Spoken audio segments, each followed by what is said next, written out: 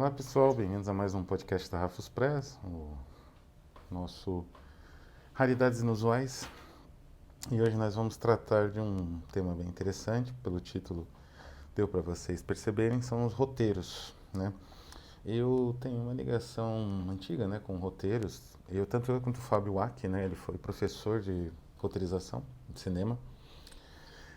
E eu gosto muito de roteiros para além da sua, digamos, função, né?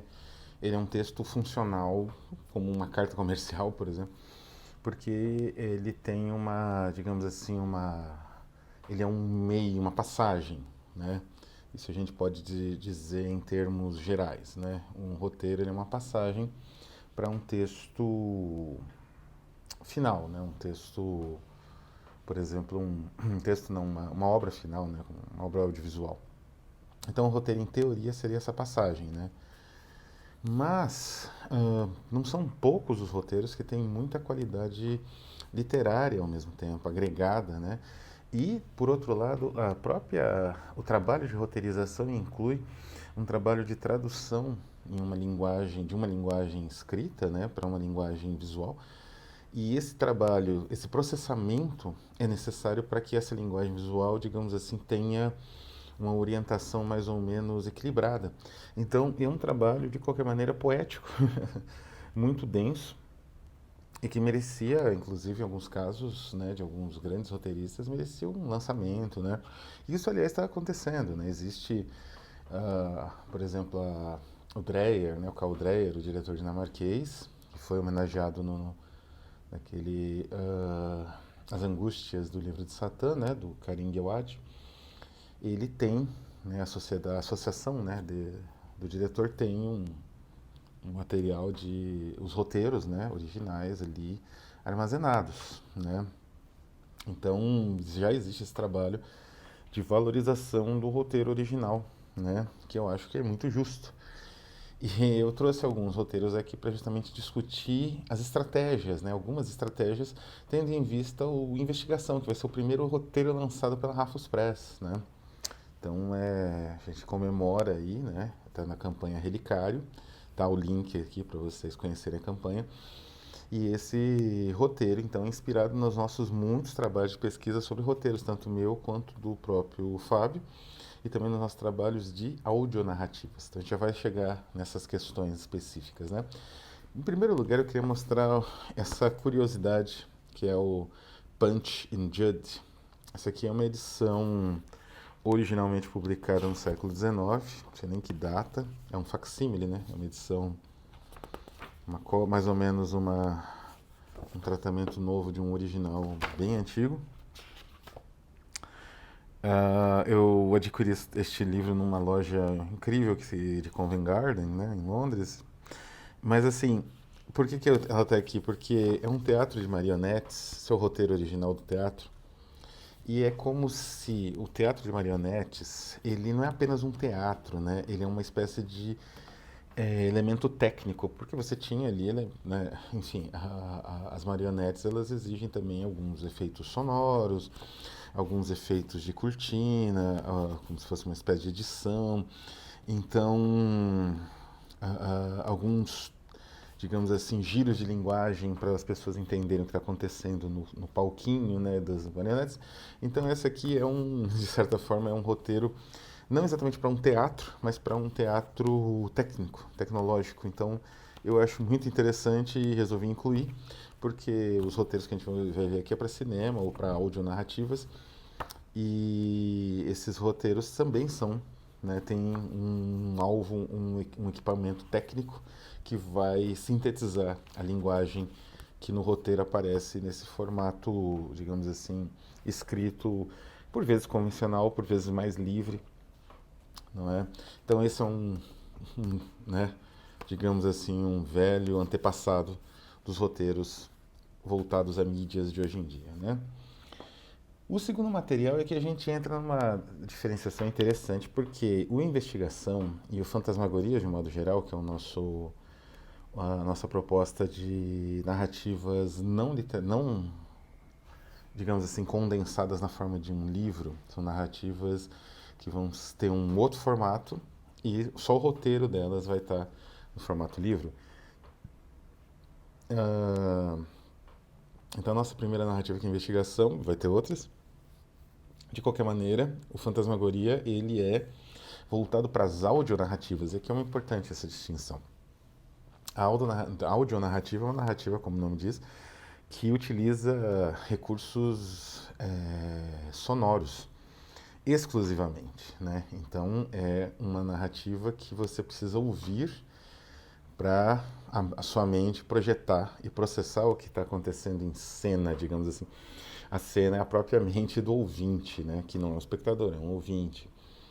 E o roteiro, né? Isso é algo que o Fábio Wack, que é professor na área, ele destaca bastante, é que o roteiro da audionarrativa, ele necessita trabalhar os elementos visuais, né, de alguma maneira, para que a narrativa ande, né, para que o ouvinte entenda que está acontecendo alguma coisa dentro de um espaço específico, que, digamos, se acontecer alguma coisa no espaço específico, é aquilo que designa e determina o elemento visual de uma narrativa audiovisual, né?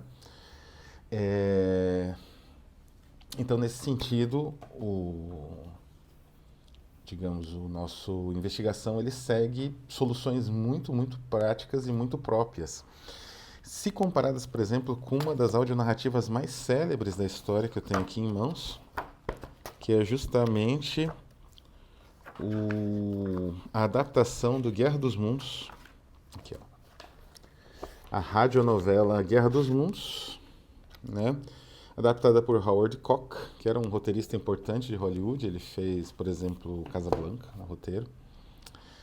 E ele faz a adaptação da obra do Wells para o Mercury Theatre On The Air, que era, digamos, o grupo de teatro versão rádio, por isso On The Air, do Orson Welles. Esse grupo de teatro vai ser importantíssimo para praticamente todos os primeiros filmes de Welles, né, como o próprio Cidadão Kane, né? Dele vai sair atores como Joseph Cotten, né? E então aqui este texto aqui é a adaptação que saiu neste livro aqui, The Complete World of the Words, bem difícil de achar hoje em dia, né? Adquiri esse livro durante muitos anos atrás, durante a minha pesquisa de doutorado sobre Wells, aliás. E é interessante porque é uma, como vocês podem ver aqui, é uma adaptação metalinguística, porque nesse episódio existe anunciantes chamando jornalistas que estão em campo, né, como se fosse um telejornal. Então a narrativa, digamos assim, ficcional, ela se mistura com a linguagem da narrativa não, dos eventos usuais do jornal, dos jornais em rádio. Isso que causou um pouco de confusão, muita gente que estava ouvindo e etc, né? É... E mais que isso, né? Aqui vocês também podem ver que existe um pesado investimento nos diálogos. São diálogos longos, com muitos personagens. Tem um anunciante, tem um jornalista, tem um cientista que é entrevistado por um dos jornalistas, tem dois jornalistas. Depois tem uns militares, tem pessoas de rua. E essas conversas, esses diálogos que vão criando as interações visuais. Então é através dos diálogos que o espectador vai entendendo a situação, que seria a invasão dos marcianos em Grover's Mill, acho que esse é o nome da cidadezinha. Policial aqui, policeman, né? Quer dizer, então uma estrutura, é uma solução interessante, mas não é a solução que nós optamos no investigação, né? Nossa solução foi sonora, foi tentar construir um universo envolvente ao ouvinte através do próprio efeito sonoro, né? Daquilo que você escuta ou parece escutar, ou que o personagem chama atenção e destaca, né? Então é uma outra solução, né? Aqui é a solução do Koch pro Orson Welles foi uma solução de diálogos. Então é uma obra extraordinária essa adaptação. Ela tem muito pouco do original do Welles. evidentemente, mas ela tem uma excelente pegada e essa ideia, inclusive, uma hora que aparece os soldados, né, Gunner e tal. Essa ideia até metalinguística de ser como a transição de notícias. Então, não era um jornal de notícias, era uma adaptação. Então as pessoas ouviam como se fosse uma transição de notícias. Se a pessoa não tivesse o contexto muito claro, e nem todo mundo tinha, não acompanhava lá o caderno de programação da rádio, caía na pegadinha, que não era bem para ser uma pegadinha, mas enfim, caía no efeito narrativo e levava a sério a trama. É, então essa é uma audionarrativa, né? Eu falei então que os roteiros, por um longo tempo, eles foram vistos como um texto de passagem, sabe? Para tradução visual. E isso começou a mudar mais recentemente com a descoberta de que tem roteiros que têm uma qualidade literária inegável, com estudos literários desses roteiros, né? E o mesmo está acontecendo com as audionarrativas, mas com uma velocidade um pouco mais lenta, que é uma pena, né? Seria interessante ver, por exemplo, um grande banco de dados com os roteiros das radionovelas brasileiras, né? Igual existe esse roteiro impresso, né? Provavelmente, como no caso aqui do Wells, né, do Mercury Theatre, aqui devia ter grandes roteiristas trabalhando, né? Porque aqui, como eu disse, é o roteirista do Casablanca trabalhando com o Orson Welles numa adaptação do H.G. Wells, né? É, E os roteiros, em geral, eles têm, assim, eles chamam atenção muito propriamente para o filme, né? Que eu tenho a edição da Criterion do Cronos, filme do Guilherme Del Toro, filme de estreia, é um dos melhores dele. E ele tem um material muito interessante que é o parte do roteiro, mas não é o roteiro tradicional, porque o Guilherme Del Toro, ele é um diretor, eu vou depois voltar a isso no futuro, ele tem uma interessante síntese visual dos produtos, né, dos filmes que ele trabalha. Então, nesse caso aqui, são as notas do diretor, que são essas notas aqui, mais ou menos facsimilares, né, tem até anotações e tal. Eles têm Ele tem, por exemplo, uma anotação geral de cores relacionadas ao sangue, texturas, né? É, a biografia, os sons-chave que vão aparecer sempre no filme, a biografia dos personagens, né? São meio como que arquétipos, né? Esse trabalho, por que que eu destaco, né? A Mercedes, né? Que é a personagem principal. Por que que eu destaco bastante esse trabalho? Porque durante a nossa construção do roteiro, a gente teve que levar isso muito em consideração. O background dos personagens, né? Aqui, ó, a biografia, né? Ele continua fazendo algumas. O background do personagem é aquilo que dá uma estabilidade para a narrativa, né? E ela se torna mais ou menos identificável, né? Como a narrativa vai ser breve e vai ser por áudio, a gente precisava pensar nessas características para escolher vozes e tonalidades e diálogos marcantes que faça com que o ouvinte compreenda os destinos dos personagens de ouvido, né? Quer dizer, ele perceba já sem a necessidade dessas exposições, igual mostrei aqui nessa estratégia do Wells, que é uma estratégia diferente e é baseada numa pesada exposição ali de um personagem que seria uma espécie de jornalista da rádio, né? Então a gente não pode se valer disso, a gente partiu, como eu falei, a gente partiu por outras formas de síntese e uma delas é um pouco semelhante a essa do Cronos, né? Por isso a publicação no roteiro, né? Você vê que o roteiro não é nem só o texto só escrito naquele formato do roteiro americano, com fonte monoespaçada, né? Ele tem outras funções, ele tem outras formas, né, de construção a depender do tipo de filme que está sendo construído. E, claro, como eu falei, existem grandes roteiristas, né, que você estuda o roteiro por conta da qualidade dele. Aqui, por exemplo, e assim, isso é reconhecido, tanto que você publica esse material como se fosse um livro, né? Então aqui temos o filme Obsession, de Brian De Palma, essa edição em Blu-ray inglesa, né? E o roteiro original do Shredder, Paul Schrader, chamado Déjà Vu. Paul Schrader, né, quer dizer, um roteiro com as marcações, atrás vem o pôster. E é um roteiro bem completo, bem complexo também. Paul Schrader é célebre por ter, por exemplo, dirigido o filme Pasolini, né? O roteiro do Taxi Driver ele fez, é um grande roteirista, né? E esse filme se passa em Veneza, é um filme de suspense muito interessante. E aqui a gente tem o roteiro, porque o roteiro ele é um pouco diferente do que o Brian De Palma fez no final. Então é interessante quando você tem esse parâmetro de comparação, né? E vocês percebam que o roteiro ele é tão valorizado que ele foi publicado, como eu falei, no formato original que ele foi mostrado para os produtores, né? Nesse formato americano clássico, né? E na mesma pegada assim de grandes roteiristas e que eu, enfim, particularmente a leitura do roteiro foi iluminadora, igual no caso do Schroeder também. A gente tem aqui o Ovo da Serpente do Bergman, roteiro original. O Bergman tem um outro estilo de roteiro, ele é bastante descritivo com os diálogos, né? Bastante próximo do filme em si, né? Olha o tamanho dessa nota aqui. O Bergman, esse filme é um filme polêmico, né? Muita gente não gosta do ator aqui, né? O ator que faz lá o Kung Fu, né?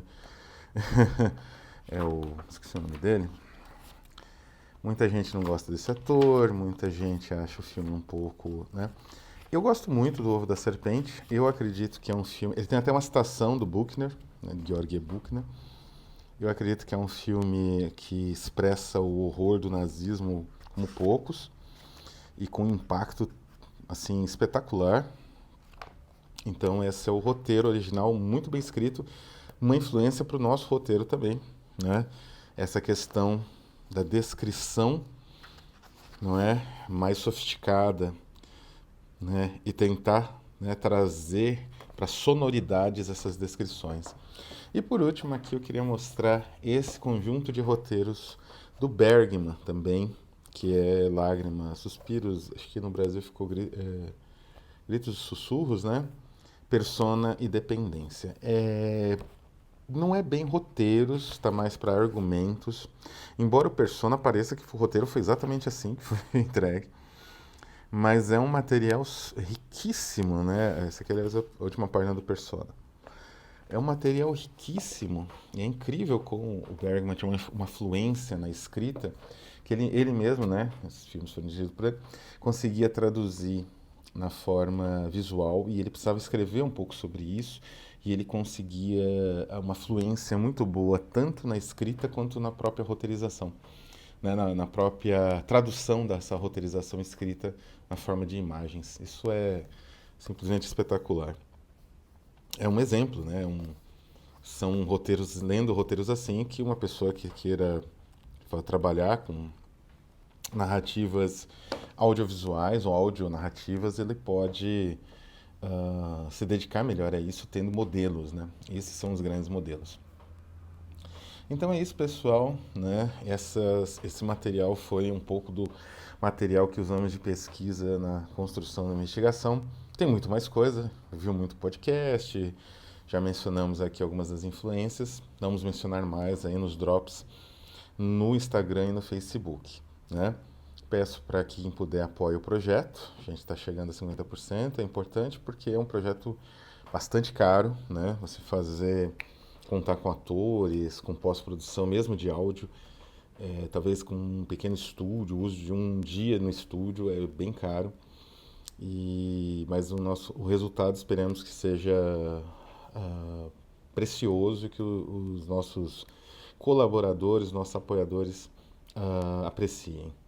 Então é isso, vou ficando por aqui. Um abraço e até a próxima.